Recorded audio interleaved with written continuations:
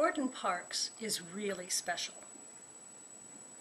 Gordon Parks was a Kansan. He is an author, musician, poet, photographer, painter, a man of many, many talents. He was born November 30th, 1912 in Fort Scott, Kansas, and that was a rough youth for him. He wrote a book that he calls a novel based on life, and that is The Learning Tree. It's probably his most famous book.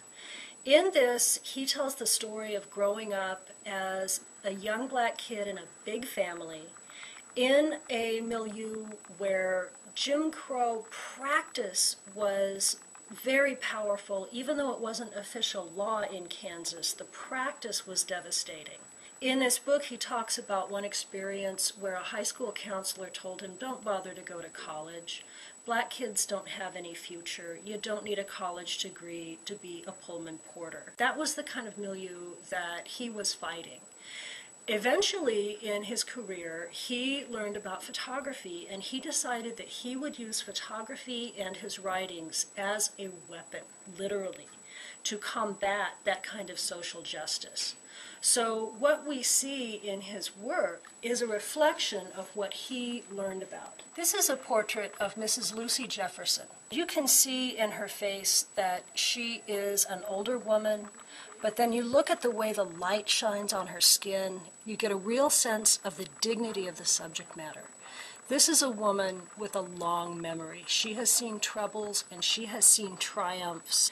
Even her hands, you can tell that she may have arthritis, but she has done good work with those hands.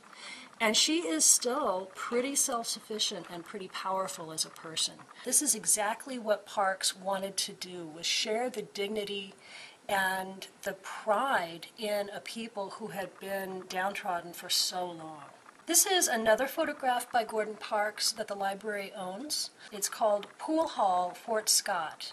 This is our second Gordon Parks print.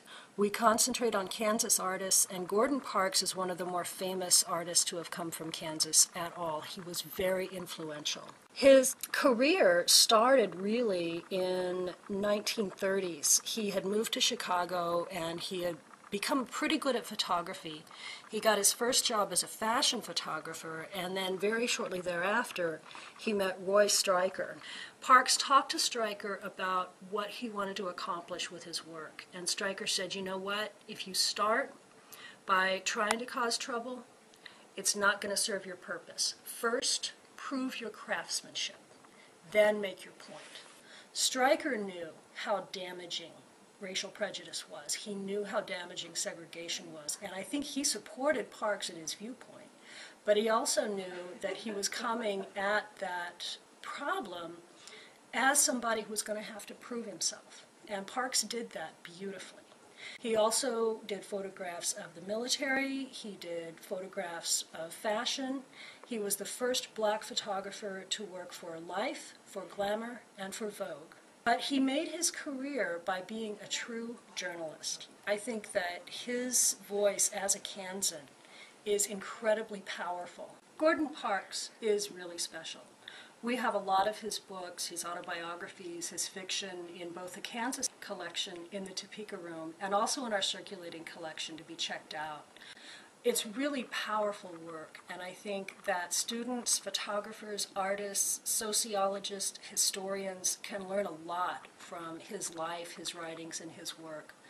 And we are really thrilled to have this artist represented in our collection. His work touches Topeka's history because of our own history, with our role in the segregation case of Brown versus Board of Education. His work kind of gives you what led up to that. It wasn't something new in the 1950s and 1960s. People had been fighting for social justice for hundreds of years.